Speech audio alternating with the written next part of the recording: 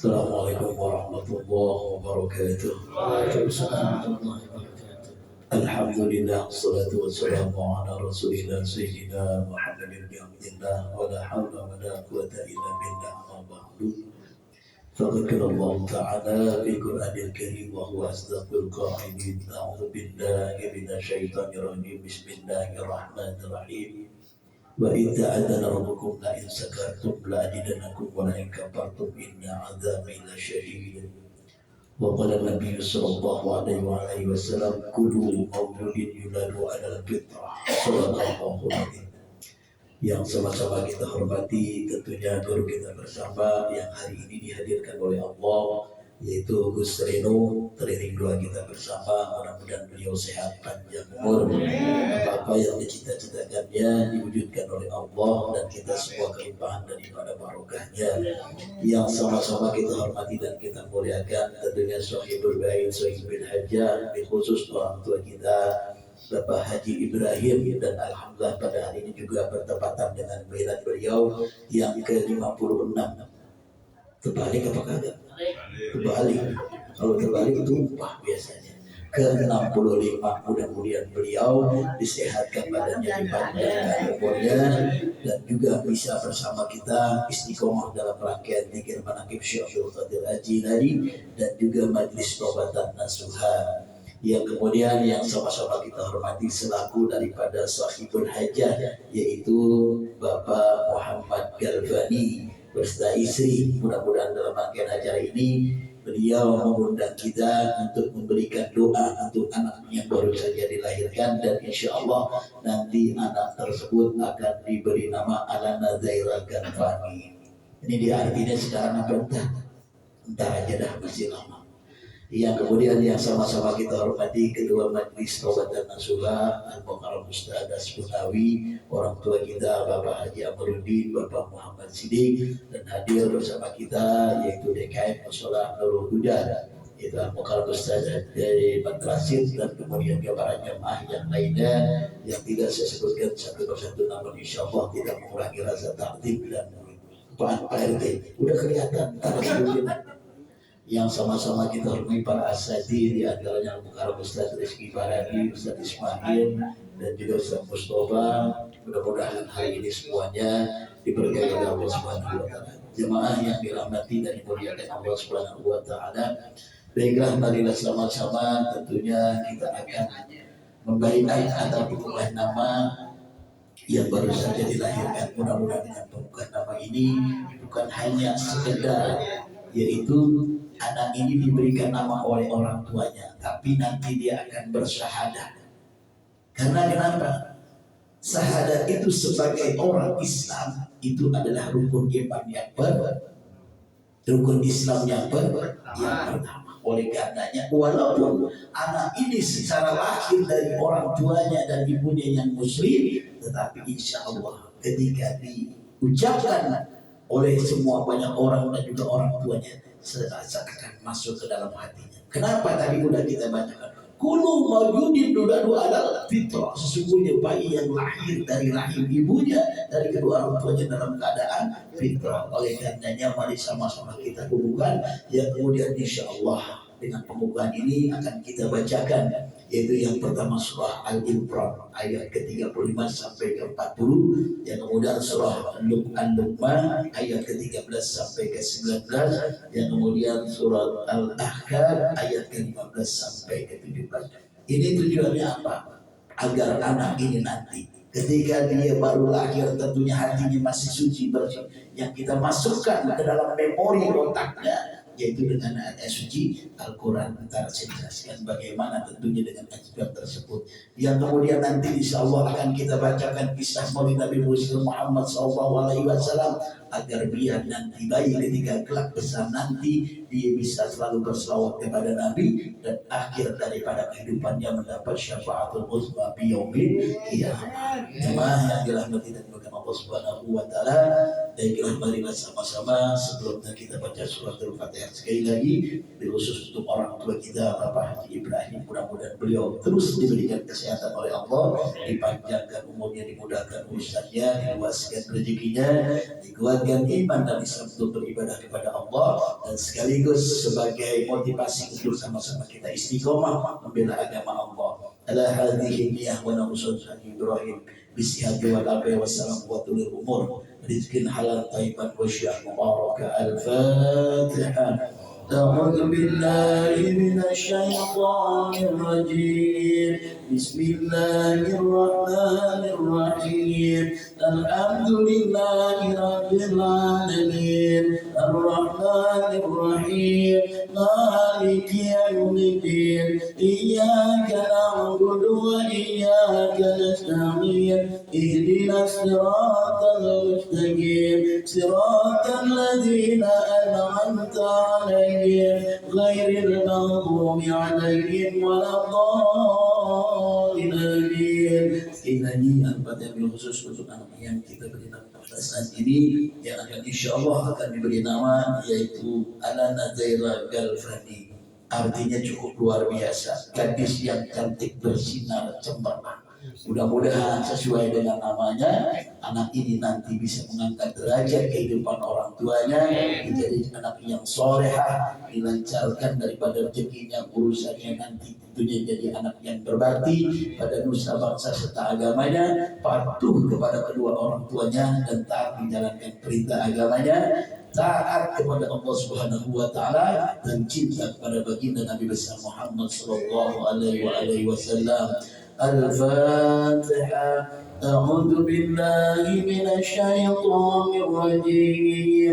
Bismillahirrahmanirrahim.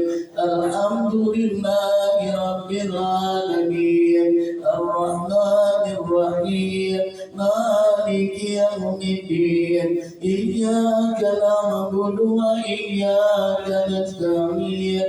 Ihdinas siratal mustaqim. صراط الذين أنعمت عليهم غير المغضوب عليهم ولا الضالين. Ketika ayat Quran dibacakan, hati seluruh jamaah berselawat kepada Nabi, akan diturunkan rahmah khusus untuk bayi dan kita semua. Baca salawat Jibril sallallahu Muhammad sallallahu alaihi wasallam sampai ayat ini selesai. Mudah-mudahan jamaah juga insya Allah punya hajatnya dikabulkan oleh Allah dalam wasilahnya, yaitu tasbih maulid. A'udzu billahi minasy syaithanir rajim. Bismillahirrahmanirrahim. إذ قالت امرأة عمران رب إني نذرت لك ما في بطني محررا فتقبل مني إنك أنت السميع العليم. فلما وضعتها قالت رب إني وضعتها الأنثى والله أعلم بما وضعت وليس الذكر كالأنثى وإني سميتها مريم وإني أعيذها بك وذريتها من الشيطان الرجيم. فتقبلها ربها بقبول حسن وأنبتها نباتا حسنا وكفلها زكريا كلما ضغن عليه زكريا المحراب وجد عندها رزقا قال يا مريم أن لك هذا قالت هو من عند الله إن الله يرزق من يشاء بغير حساب. هنالك دعا زكريا ربه قال رب هب لي من لدنك ذرية طيبة إنك سميع سميع الدعاء فنادته الملائكة وهو قائم يصلي في المحراب أن الله يبشرك بيحيى مصدقا بكلمة من الله وسيدا وذكرا ونبيا من الصالحين قال رب أنى يكون لي غلام وقد بلغني الكبر وامرأتي عاقر قال كذلك الله يفعل ما يشاء قال رب اجعل لي آية قال آيتك ألا تكلم الناس 3 أيام إلى رمضان واذكر ربك كثيرا وسبحه بالعشي والإبكار بسم الله الرحمن الرحيم وإذ قال لقمان لابنه وهو يعظه يا بني لا تشرك بالله إن الشرك لظلم عظيم ووصينا الإنسان بوالديه حملته أمه وهنا على وهن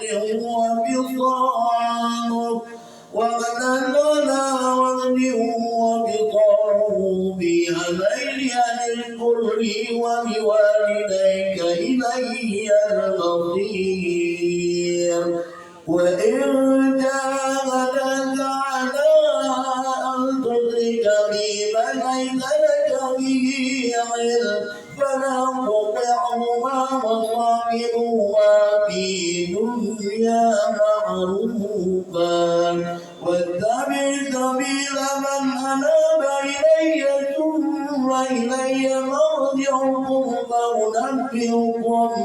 فأنبئكم بما كنتم تعملون يا بني إنها إن تك مثقال حبة من خردل فتكون في صخرة أو في السماوات أو في الأرض يأتي بها الله إن الله لطيف خبير يا بني أقيم الصلاة وأمر بالمعروف وانهى عن المنكر واصبر على ما أصابك إن ذلك من أمر الأمور ولا تصغر أدك للناس ولا تمش في الأرض مراء إن الله لا يحب كل مختال فخور واغفر في مجدك واغفر من خوفك إن أكثر الأصوات لصوت الحمير بسم الله الرحمن الرحيم ووصينا الإنسان بوالديه إحسانا حملته أمه كرها ووضعته كرها وأمره وفصاله 30 شهرا حتى إذا بلغ أشده وبلغ 40 سنة قال ربي أوزعني أن أشكر نعمتك التي أنعمت علي وعلى والدي وأن أعمل صالحا ترضاه وأصلح لي في ذريتي إني تبت إليك وإني من المسلمين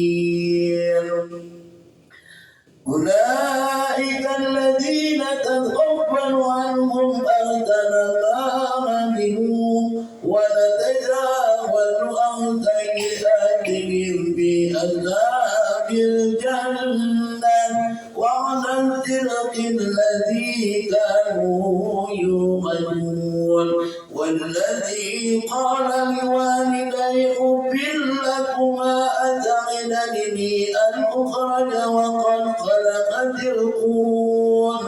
وقد خلقت القرون من قبلي وهما يستغيثان الله ويلك آمن إن وعد الله حق فيقول ما هذا إلا أساطير الأولين صدق الله العظيم. بسم الله الرحمن الرحيم. ألم نشرح لك صدرك ووضعنا عنك وزرك الذي أنقض ظهرك ورفعنا لك ذكرك فإن مع العسر يسرا فإذا فرغت فانصب وإلى ربك فارغب. بسم الله الرحمن الرحيم. ألم نشرح لك صدرك ووضعنا عنك وزرك الذي أنقض ظهرك ورفعنا لك ذكرك فإن مع العسر يسرا فإذا فرغت فانصب وإلى ربك فارغب. بسم الله الرحمن الرحيم. ألم نشرح لك صدرك ووضعنا عنك وزرك الذي أنقض ظهرك ورفعنا لك ذكرك فإن مع العسر يسرا فإذا فرغت فانصب وإلى ربك فارغب. بسم الله الرحمن الرحيم. إنا أنزلناه في ليلة القدر وما أدراك ما ليلة القدر خير من ألف شهر تنزل الملائكة والروح فيها بإذن ربهم من كل أمر سلام هي حتى مطلع الفجر. لا إله إلا الله والله أكبر. بسم الله الرحمن الرحيم. قل هو الله أحد الله الصمد لم يلد ولم يولد ولم يكن له كفوا أحد. بسم الله الرحمن الرحيم. قل هو الله أحد الله الصمد لم يلد ولم يولد ولم يكن له كفوا أحد. بسم الله الرحمن الرحيم. قل هو الله أحد الله الصمد لم يلد ولم يولد ولم يكن له كفوا أحد. لا إله إلا الله والله أكبر. بسم الله الرحمن الرحيم.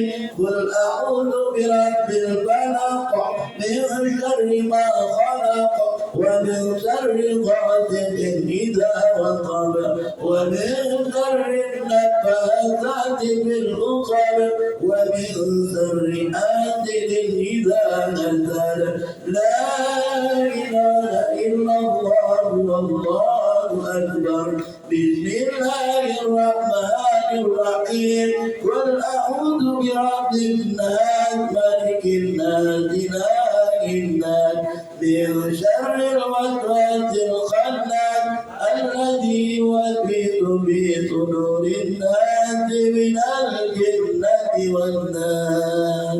صدق الله العظيم. Baik jemaah, tentunya akan kita memberikan nama dengan ridho daripada kedua orang tuanya dan ridho daripada kakeknya dan ridho kita semua yang hadir pada kesempatan hari ini dan juga ridho daripada guru kita Gus Reno yang hadir hari ini.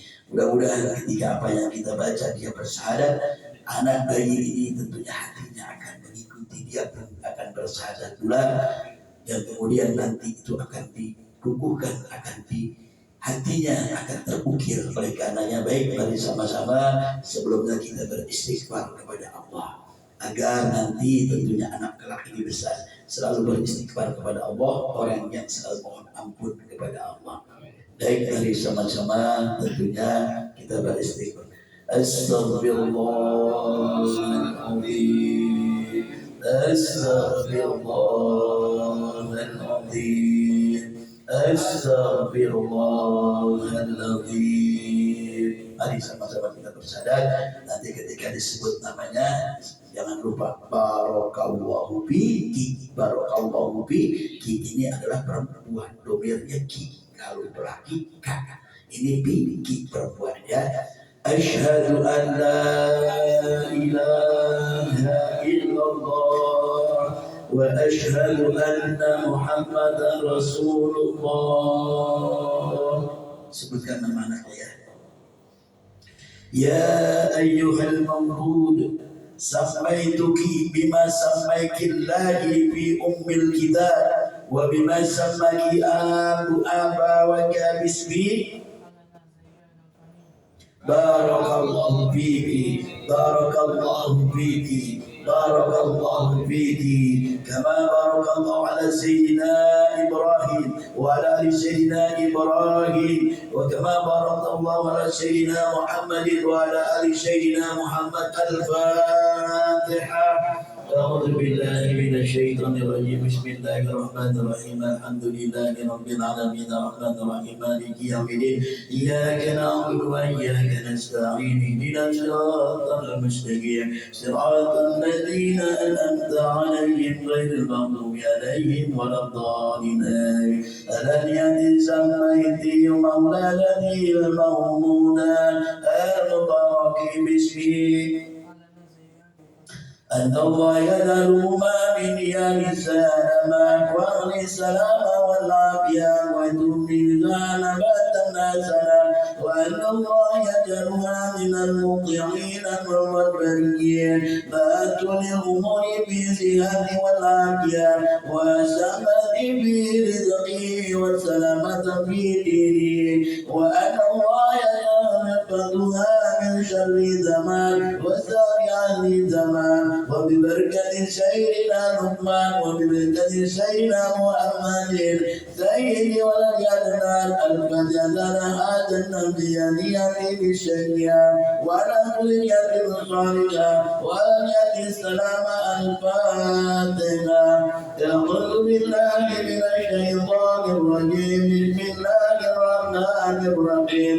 الحمد لله رب العالمين الرحمن الرحيم مالك يوم الدين إياك نعبد وإياك نستعين اهدنا الصراط المستقيم صراط الذين أنعمت عليهم غير المغضوب عليهم ولا الضالين. أستغفر الله العظيم أستغفر الله العظيم أستغفر الله العظيم لك الحمد يا مولانا يا مغفور. اللهم صل وسلم على سيدنا محمد صلاة تفتح نبي التيسير وتجنب الشر والتدبير وتدخل بك ولي ونسيرا يا نعم الله ويا نعم النسير يا نعم الله ويا نعم النسير يا نعم الله ويا نعم النسير بجاه بدر النذر والقمر المستدير. اللهم اغفر لنا ذنوبنا ولوالدينا وارحمهما كما ربيانا صغيرا. اللهم نور قلوبنا بنور هدايتك كما نورت الارض بنور شمسك ابدا ابدا برحمتك يا ارحم الراحمين. اللهم سلمنا سلم اولادنا من افات الدنيا وذنب الاخره ومن فتنتهما انك على كل شيء قدير. اللهم ببركه ابينا وامنا اللهم ببركه الشاكرين ومشاكرين اللهم ببركه وكرامه ابياء جنيد البدري اللهم ببركه وكرامه سلطان اولياء شيخ عبد القادر الجيلاني وبشفاعة نبينا محمد صلى الله عليه وسلم.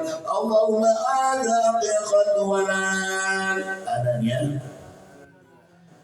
binti Muhammad kami. Fataqabbal kama taqabbal min Muhammadin alaihi salam. Allah بالأمر ببركة وجعله سالما بأمان وبطاعة ربا من الآفة الدنيا وعذاب الآخرة ومنه من جميع المذاهب ليلا ونهارا يا أرحم الراحمين يا أرحم الراحمين يا أرحم الراحمين ووجهنا فضلا منك من أمم والأوراق يا خير الواسعين وجعلنا موقيا لك ولرسولك وتوى أمره يا رب العالمين واغفر للرئيس وجميع المخلوقين اللهم اغفر في ظاهره وبدنه ولا تجعله هابرا آسيا وسلم عليه من يوم ولده إلى بعد الممات بفضلك العظيم واكرم على سيدنا محمد وعلى وصحبه وبارك وسلم ربنا يا آتنا في الدنيا حسنة وفي الآخرة حسنة وقنا عذاب النار وصلى سيدنا محمد وعلى وصحبه وبارك وسلم والحمد لله رب العالمين. Alhamdulillah. Tentunya mengubah nama telah selesai, tapi nama ini bisa dipanggil dengan namanya. Ya, sekali lagi dengan ridho daripada orang tuanya, alhamdulillah dapat berjalan lancar. Dan ini adalah salah satu doa dari orang tuanya ketika nanti sampai dimanapun ini anak dengan nama yang sudah diberikan oleh orang tuanya. Ini saja. Assalamualaikum warahmatullahi wabarakatuh. Waalaikumsalam warahmatullahi wabarakatuh. Terima kasih kepada